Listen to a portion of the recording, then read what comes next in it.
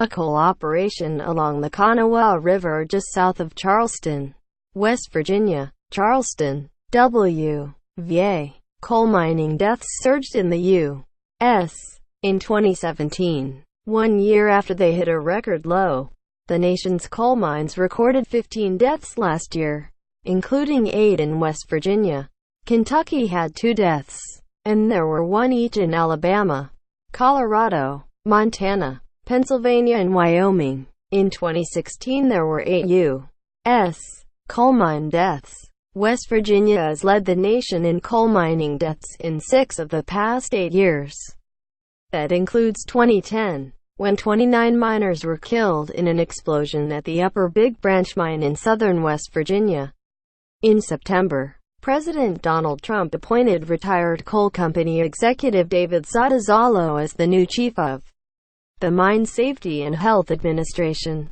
Most of the deaths this year occurred before his appointment. The Wheeling resident retired in 2014 as chairman of Rhino Resources. Sottozallo was narrowly approved by the Senate in November. His appointment was opposed by Sen. Joe Manchin, DW.Va, who said he was not convinced Sottozallo was suited to oversee the federal agency that implements and enforces mine safety laws and standards. Trump repeatedly voiced support for the coal industry during his presidential campaign. The increasing reliance on natural gas and other less expensive sources of energy has prompted coal use to diminish. Last month the Trump administration brought up for review standards implemented by Barack Obama's administration that lowered the allowable limits for miners' exposure to coal dust. MSHA indicated it is reconsidering rules meant to protect underground miners from breathing coal and rock dust, the cause of black lung and diesel exhaust, which can cause cancer. 8 coal mining deaths this year involved hauling vehicles and 2 others involved machinery. None were attributed to an explosion of gas or dust, which was to blame for the Upper Big Branch disaster. According to MSHA data, 7 of the 8 U.S. coal mining fatalities in the first half of 2017 involved miners with 1 year or less experience at the mine, and 6 involved miners with 1 year or less experience on the job. In June, MSHA announced an initiative focusing on less experienced miners, including improved mine operators training programs.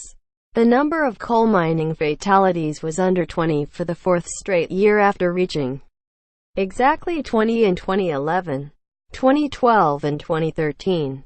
By comparison, in 1966, the mining industry counted 233 deaths. A century ago there were 226. MSHA has attributed low numbers in previous years to far fewer coal mining jobs and tougher enforcement of mining safety rules. Sottozallo has said his first priority was preventing people from getting hurt. President Trump is strongly committed to the health and safety of America's miners, Sottozallo said in a statement Tuesday.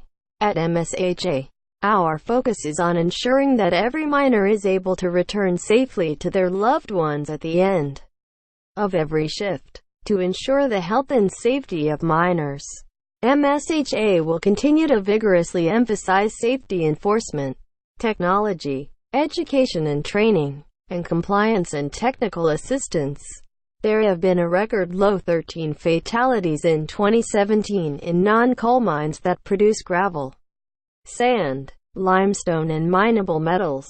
There also were 17 such deaths in 2015 and 30 in 2014. Appalachia has been especially hit hard by the closing of dozens of mines in recent years. But there was a turnaround in production in 2017. According to the Energy Information Administration's weekly estimates, U.S. coal production increased 8.9% in the 52 weeks ending Dec. 23. The latest available production in West Virginia increased 16%. Including 25% in coal-rich southern West Virginia. Wyoming, the top coal-producing state, saw a 10.7% increase. There were about 92 working miners in the United States in 2011, compared with about 52,000 in 2016. The lowest figure since the Energy Information Administration began collecting data in 1978. The 2017 numbers are not yet available.